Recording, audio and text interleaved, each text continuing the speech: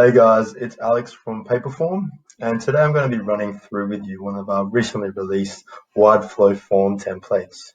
So because of the current situation, everyone's having to adapt and make a shift to that now online digital world. We're having a look at releasing some fun and exciting new templates to make this transition a bit more stress-free and easier. Now, this one in particular we're looking at is focusing on creating online tutor lessons. So you being the form creator will be the tutor, and this form's set out so that your students can answer some simple questions, fill out their details, book a date, and also make payment. Now, we're just going to dive in and have a look at the editing screen first. Any of the body of text simply can be edited by you by clicking on, simply highlight and backspace if you want to remove. I've also added a cover image to this form just to get a bit more of a personal feel. If you want to remove that, simply click your X, or you can simply replace the image through this icon. Now, if we're looking at changing the theme, the look, the personalization of it, you can simply click on your theme icon in the top right corner there. We have a lot of options for colors, as well as clicking in typography, the fonts, font size, and your UIE, your user experience elements. You can change the background, the way the look of the questions, the buttons, and the rest of that. So that's just simple ways to tailor the form and make it more personal to you. Again, any body of text, simply highlight or click where you want to edit. That's a short paragraph I added just to give a bit more of a personal feel about who the tutor actually is. As we scroll down, just like any body of text, the questions can be simply edited, changed, or removed. You remove through there. You can change this text here. If you want to change the type of question, it's a simple drop-down menu. We have things such as multiple choice, address, email, phone number, and to get into those settings a bit more, we click on the configure icon there, which is the cogwheel. So some of these questions I thought were just simple but important for you to be able to understand the goals of your student before having that first meet basis. Something that I thought was a bit interesting and kind of needed in this industry was this question here, a simple yes or no question. Do you have a strong internet connection, camera and microphone? So because I've created that as a yes or no question, I've added some page breaks down here depending on what the answer is. So I've configured this page break. So once the user has submitted their answer, if the answer is no, I've configured this. If the question to the answer is no, then this little warning sign will show up. Sorry, we can only accept students who have access to strong internet connection, camera, and microphone. So this message here is only going to appear if that question is answered as no. And I've done so by the configuration of visibility here. Page visibility logic on and only viewable if the answer is no. Likewise, this other page break I've configured to the answer yes. And all this is the continuation of the form. So it's the rest of the questions, student details. You could say it's the next page of the form. So only when the question is answered no will that appear, which I've done through configuration here. And only when the answer to the question is yes will this appear. So it's just a smart way to ensure that we're actually getting students who do have access to those necessary things. So looking through the rest of the form, details, always important, name, school grade, form of contact. And then this is a question I added, but may not apply to you. I know many tutors actually enjoy and do like covering more than one subject during a session, but maybe that's not what you're after. So I've created a multiple choice question here. Now, you can edit these options. I just simply put by default maths, English, and science. Just click on the text to add, remove, or edit it. And you can also toggle here to choose more than one answer if you are happy to have more than one subject covered each topic. I just thought this question was a great way to, get the lesson ready before actually chatting with your student. As we scroll down more, this is where it starts to get exciting because we're starting to look at the session booking and appointment system. So this is the next page as you follow on through the student details. I've got here's the first question, how long are we going to focus on this subject? Of course, if you made it multiple choice where you can choose more than one subject, you would just change that text by clicking on and editing. Now I've made this a multiple choice more than I have a product, as it will be feeding into the appointment question. I'll explain that a bit more in detail soon. We'll just have a look at this quickly first. So the multiple choice is simply by minutes, which I've written down there. So we've got the option of 60 minutes, 90 minutes, and 120 minutes. Again, easily editable by you. I just have to make it imperative that you know if you do edit these, you will also have to edit the custom pricing rules. It may be possible that you only want to run sessions 60 minutes, and that's fine. You can make it by default. It will only be 60 minutes, and the price will always be the same. However, it's possible that you want to run longer sessions, and so the price is obviously going to vary. Now, like I said, I made this a multiple choice question because I'm feeding it into another question as an answer piping, and it becomes much more of a headache if we create that as a product. So what I've done here is we'll get out of the multiple choice and we'll go to custom pricing rules. Now, to get to that, we'll click on configure, we'll click on payments, and we'll scroll down to the bottom here. So here we have custom pricing rules, and I've added 3 of my own rules. So the question there is, how long are we going to focus on this subject, the one we've been chatting about? And I've done, if the answer is 60 minutes, then add a value of 20 to the price. This simply means add $20 to the price. So if the user was to choose 90 minutes, then they're going to add a value of $30 to the price, and so on. 120 minutes, the price will then be 40. So as I've got the custom price set to 0, it's only going to add that value. So if it's a choice for 60 minutes, it'll only add 20. If it's a choice for 90 minutes, it'll only add 40, which we can see in this hidden question here for price at 0. So that's why I make it imperative that you do know if you are going to edit those multiple choice, you will too have to edit the custom pricing rules. So now we're going to look at how I'm feeding the multiple choice question into the appointments. So we're going to click on the configure here, which is opening the settings for the appointments question.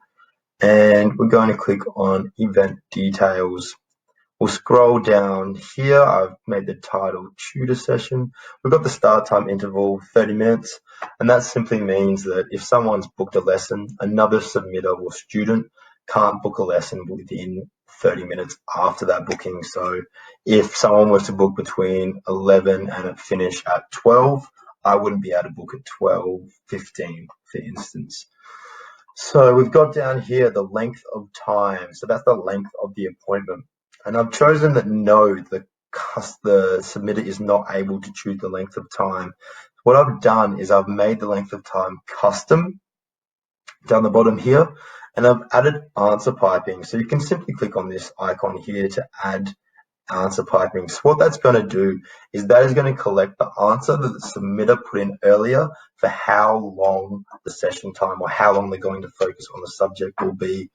What that's going to do is that's going to take the answer, whether it be 60, 90, or 120 minutes, and update the appointment system accordingly. So just say if I choose 60 minutes, it's only going to show me time frames that are 60 minutes, 90 minutes, 90 minutes, and so on. So I'm just going to click into the live version of this, and we'll be able to see what I mean by that. So here I've skipped through the process and I've come to the appointment booking page. I've got 60 chosen here. If I scroll down and I'm available on the 23rd, voila, there we go. We've only got the option of 60-minute sessions. So what happens if I click on 90? Is it going to update? Yeah, see there we've got 7 a.m. to 8:30. So that's a total of 90 minutes. And 120, it will be doing the same. There we are, 2-hour sessions. Easy peasy like that. Cool. So now that we've done this, the next part what we want to do is that we want to connect our Google Calendar to our form. What this is going to do is that's going to stop double bookings. And when we integrate our calendar, it's also going to start creating events and then automatically create Google Hangout chat rooms on our calendar where we know where we're going to meet our students. So if we go into settings here, firstly, we'll have to connect the calendar. So here we'll click on calendar and you choose your account. I'm going to scroll down and choose the Paperform account. Now, what I've also done is I've created a special calendar within my Paperform calendar, named that tutor sessions. So that is just going to be my tutor sessions only. It's not going to get all bulked up by other calendar meetings I have.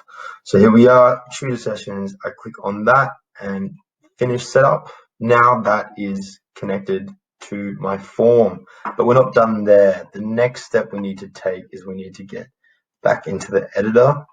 So now that we've actually connected the Google Calendar to the appointment question, our next step is to properly integrate Google Calendar with this form. Now, the reason we're doing this is because we need to actually trigger an event creation after a form has been submitted. So I've gone ahead and quickly filled out a dummy version, a dummy submission test. And what they're going to do is going to create the information so I can actually now go in to my integrations and create that connection. So I'm going to click on after submission, and we're going to go to integrations and webhooks. We'll scroll down to Zapier because that's who we're creating the integration through, as the Google Calendar does not have a direct. And what we can do, ignore those three above. We can simply type to search for what app we're needing, and we'll click on use this Zap because we will be using it. Now, Zapier might for the first time ask you to sign up if you don't have an account, or it may ask you to log in. It simply just automatically remembers me. So this is what's going to come up as you go through the login or sign up process. It's going to ask you what account, use your Paperform account, obviously, continue through. And this is the form that this is in relation to. So this is my tutor app form. So we don't want another form submission to be creating this event. So ensure you're creating the right one, test and continue. That will go through all good. Then choose your account. So this is choosing which calendar account the event's going to be created on. And now we're getting into customizing and detailing the event. So ensure that you're choosing the correct calendar. Like I said, I made a specific one just for this form, and that's the tutor sessions. The summary, you can always search in this bar as well if it's hard to find anything. For the summary, I'm just going to select the subject that my student chose as the summary overhead for that. Description, you can obviously edit any of these, but I'm just going to leave this blank to keep it simple. This is the important one, add conferencing. So you're going to click on that and click yes or true. And what that does is that automatically creates a link to a Google Hangouts chat room where you'll be able to meet your student on the specific appointment date and time. So rather than having that headache of worrying about where you're going to meet the student, sending out that link, this link to a Google Hangouts room is going to be automatically made after the form submission. And it's also automatically going to send out an invite to your student. So the student's going to have access to that Hangout without you having to worry about doing anything else. Now, this is the important one too. This is actually controlling when the event is going to be made for. So like I said, I just like to click and search, save some time. So you want to have start date for that. Make sure you get that space in there. Start time, and we'll go down to the end date and time. And I'm going to search for stop because it's actually stop date and stop time. So there we are, stop date. And I'll get that space in there and stop time. Coolies. Go through. Nothing is more important. Nothing else is important for me. Attendees. This is the other thing you make sure that you put in. We want to have obviously the person that submitted the form as another attendee, and to ensure they get that automatic invite. So I'm just going to search, can you hit email? And best contact email answer. Boom, there we go. Obviously that's coming up and showing my email because I was the person that ran that form test submission. Cool. And then we're going to go continue. Customize detail event. Test and review. And we're all good. Perfect, look at that. So I'm going to make that live by clicking on, and from now on, I shouldn't have to change anything. Anytime someone submits a form, a Google event will be created. So if we go into my calendar here, boom, there we have it, mass 3 till 4 a.m., just because I have the different time zones set. It has my Hangouts Meet, so that's the link there. Number to also connect, and it has the other attendee, which is me, obviously. Tutor sessions, and don't forget you can edit any of those inputs in the integration. Cool. So that's us setting up the calendar. So once that has been integrated and you finalize the Google Calendar, then you want to go up here to the other integrations, still located in your integrations and webhooks, but it's a direct integration. So you'll find this guy here, and it's the HubSpot CRM app. So this direct integration is great because this is a really good customer or clientele resource management app. It will hold all the information you receive from submitters and put that in a dashboard, easy to read and easy to access and use and monetize. If you want to send out group emails, if you want to give out discounts, all that can be done through HubSpot, and it's really worth checking out what they provide. So you'll go into here after you click create your update account, and obviously I have an account made. It will go through the prompts to log in, and that'll be mine. You'll actually have to create a HubSpot account yourself. Then we'll go through here, and this is all the information you actually want to collect and provide to your HubSpot CRM. So obviously name, email, all that is very important. And then you go through and you can choose obviously which is important information to you. And you run through that, head to the bottom, and just simply finish setup. You'd want to run a test first, obviously, to make sure that that's successful. There should be no reason as to why not. So that's the integration of Google Calendar and your HubSpot account. Now, one more really important thing you might want to check out before finalizing your form is the configuration of emails, ensuring that automatic confirmation email gets sent out properly. So to do that, you go into your after submission, hit emails and add an email, or you can edit the one we have below. So here's very simple, just clicking and adding what works with what. I'm just going to click cancel and show you the one that I've done earlier. If we get into there, as you can see, answer piping has been used throughout the whole email, including the custom email that will be sent. So I've answer piped the name, hi, for my submission. Hi Alex, I see you booked a tutor session with me. Great news, I'm excited to help you with your studies. And once you're happy with that, you just click obviously create or update email, and that all done. You see that there. And from now on, whenever a submitter submits an email, they'll receive that confirmation. So now that's most of the form set up and personalized, except for one last thing, and that is connecting your payment type. So if you want to head to configure and payments, and just underneath here you choose, and I'll set to my Stripe test account. If you don't have any payment accounts connected, you can simply click on the manage all payments accounts and connect. We offer Stripe, PayPal, Braintree, and a couple more. So thanks for hanging out with me, guys, and happy form making.